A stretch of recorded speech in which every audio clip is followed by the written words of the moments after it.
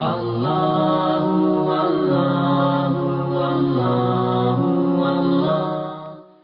کے حبیب نے ارشاد فرمایا کہ غفلت کے وقت میں کم از کم 2 رکعت نماز پڑھ لیا کرو. غفلت کا وقت کیا تھا؟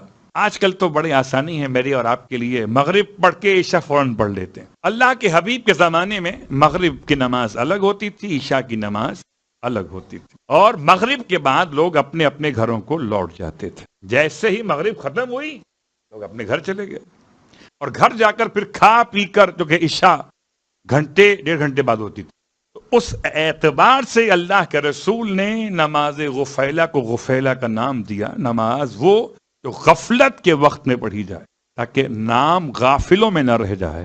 اللہ اکبر. 2 رکعت نماز. پھر آپ فرماتے ہیں خفیفتین، یعنی بہت لمبی چوڑی نہیں. بھوک لگی ہے، لوگ انتظار میں ہوتے ہیں نا، کھانا کب پکے. خیر آپ کھانا بہت لیٹ کھاتے. 2 رکعت نماز ہلکی سی پڑھ لو. کیا ہلکی مطلب؟ کہ صرف الحمد پہ اکتفا کر لو. یہ میں ان کے لیے پڑھ رہا ہوں کہ جن کو اگر یہ آیتیں یاد نہیں ہوتی نا تو پریشان نہ ہوں. سرکار ختم یہ مرتبہ صلی اللہ علیہ وآلہ نے فرمایا 2 رکعت نماز نیت کریں، نماز غفیلہ پڑھتا ہوں قربتاً الی اللہ. اللہ اکبر، الحمد، رکوع 2 سجدے، پھر کھڑے ہوئے الحمد، قنوت، رکوع 2 سجدے، تشہد، سلام، ختم. کتنا وقت لگے گا؟ یہ ہے نماز غفیلہ. اب روایت امام جعفر صادق علیہ السلام. کبھی کبھی ہوتا ہے نا جناب، آپ کے لیے گھر میں شام کو صرف چائے رکھ دی، آپ کہیں گے بیگم سے کہ آج کچھ ہے نہیں کھانے پینے کا، کوئی بسکٹ لے آؤ، سموسے تل لو، رکھیں فریج کے اندر. ہوتا ہے نا. تو شام کی چائے کے ساتھ کچھ وائے ہو جائے. تو اب اگر 2 رکعت نماز ہی پڑھنا ہے تو اس میں کچھ وائے بھی ہو جائے. تو جس کو وائے نہ ملے تو خالی کچھ نہ ہونے سے ہونا بہتر ہے. 2 رکعت نماز تو پڑھ لے. لیکن اگر 2 رکعت نماز پڑھنے کے بعد کچھ اس میں چاہتا ہو کہ تھوڑا سا ٹیسٹ ڈیولپ ہو جائے اور بھی، تو سورہ انبیاء کی 2 آیتیں، آیت نمبر 87، آیت نمبر 88. اور یہ دونوں آیات جناب یونس کے بارے میں ہیں، ورنہ میں یہاں تک آتا ہی نہیں. وَظَنُّونَ إِذْ ذَهَبَ مُغَاضِبًا فَظَنَّ أَن لَّن نَّقْدِرَ عَلَيْهِ فَنَادَىٰ فِي الظُّلُمَاتِ أَن لَّا إِلَٰهَ إِلَّا أَنتَ سُبْحَانَكَ إِنِّي كُنتُ فَاسْتَجَبْنَا لَهُ وَنَجَّيْنَاهُ مِنَ الْغَمِّ وَكَذَٰلِكَ نُنجِي الْمُؤْمِنِينَ.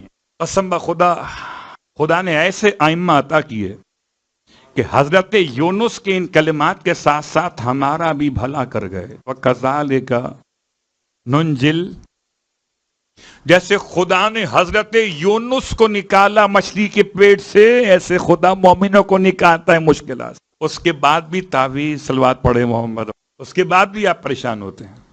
عجیب بات. اس نماز کے الفاظ ہیں وَكَذَٰلِكَ نُنجِل الْمُؤْمِنِينَ.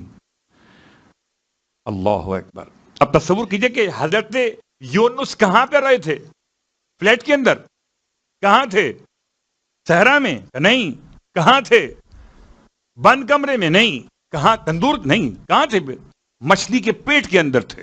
اور مچھلی کے پیٹ میں کیا آرام کر رہے تھے؟ صرف مچھلی کو ایک حکم تھا کہ ہڈیاں نہیں توڑے گی، ہڈیاں نہیں توڑی، مگر جسم ایسا ہو گیا جیسے بچے کا ہوتا ہے. میں نے پورا واقعہ چھوڑ دیا، صرف خاص پیغام پر آ گیا. ایسا جسم ہو گیا جیسے کسی نیو بورن بیبی کا ہوتا ہے. اب آپ کے بدن پر مکھی بیٹھ جائے تو آپ چیخ اٹھتے تھے. کتنا رہے مچھلی کے پیٹ میں؟ بہت غور کیجئے گا، جو ہماری آپ کی مشکلات ہیں، پریشانیاں ہیں، کیا وہ ایسی ہیں؟ کتنا رہے؟ 1 گھنٹہ. یہ روایت ہے، کم از کم 1 گھنٹہ، اور میکسیمم 40 دن. جب میں نے گھنٹہ کہا لوگوں کے چہرے سمجھ میں آئے. یہ کیا مشکل ہے 1 گھنٹہ صلوات پڑھے محمد والے. ایک روایت 40 دن کی بھی ہے. تو مشہور کے مقابل غیر مشہور روایت بھی یاد رکھیے گا، 1 گھنٹہ بھی ہے. اب کیوں رہے؟ ظنون اذ ذهب مغاضبا، جب وہ چلے غضب کی حالت میں. یاد رکھیے غضب کی حالت میں چلنا ترک اولا ہے. فظن ان لن نقدر علیہ، پھر یہ گمان کر رہے تھے کہ کیا ہم ان پر قادر نہ ہو پائیں گے. قرآن مجید میں جناب یونس کو عجیب نام دیا گیا. میں کیا پڑھوں؟ آبق، الف سے، عین سے نہیں، الف بے قاف قینچی والا، آبق، آبق کہتے ہیں بھاگے ہوئے غلام کو. یہ کب کا جملہ ہے؟ جب آپ پہنچے کنارے دریا کے، کشتی تیار تھی اور کشتی میں پہلے سے سب کی سیٹیں بک تھیں. اب اگر ہو کوئی ایسی ایئر لائن جو اوور بکنگ کر دے وہ الگ مسئلہ ہے، تو آخر میں کیا ہوگا؟ پھر اوور لوڈ ہو جائے گی. سامان بھی لوڈ تھا اور اب آپ نے بڑی ریکویسٹ کی اس کو، کیونکہ آپ دو لوگ تھے، ایک آپ تھے اور وہ ساتھ میں عابد تھا.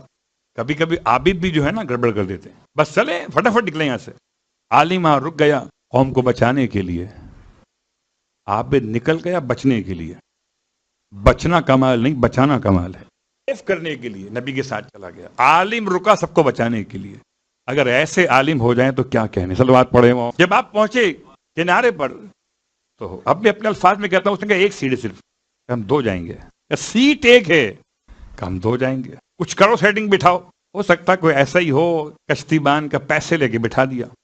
اب بٹھا تو دیا، بیلنس آؤٹ ہو گیا. اور بیلنس آؤٹ کہاں پر ہوا؟ بیچ میں جا کے. بعض کہتے ہیں نہیں، بیلنس آؤٹ نہیں ہوا بلکہ ایک طوفان دریا میں ایک طغیانی پیدا ہوئی. اور جب طغیانی پیدا ہو تو لوڈ کم کرنا پڑتا پھر کشتی کا. کس سے اتارا جائے؟ عجیب بات تھی. کشتی کے اندر اترنے کا مطلب پانی میں یعنی موت، یعنی کس کو مار دیں. تو مارنے کا جب فیصلہ کیا تو پھر قرآن اندازی کی گئی اور 3 مرتبہ قرآن اندازی میں نام یونس کا آیا. اس لیے کہا بھاگا ہوا غلام. اور بالآخر جب آپ کو پانی میں ڈال دیا گیا کہ آپ نے خود ہی فیصلہ کیا کہ اچھا میں اتر جاتا ہوں، اترے اور دریا میں اس مچھلی نے آپ کو اپنے اندر لیا. اب اگر آپ تسبیح خدا نہ کرتے تو قیامت تک مچھلی کے پیٹ میں رہتے. یہ بھی قرآن کی ہے.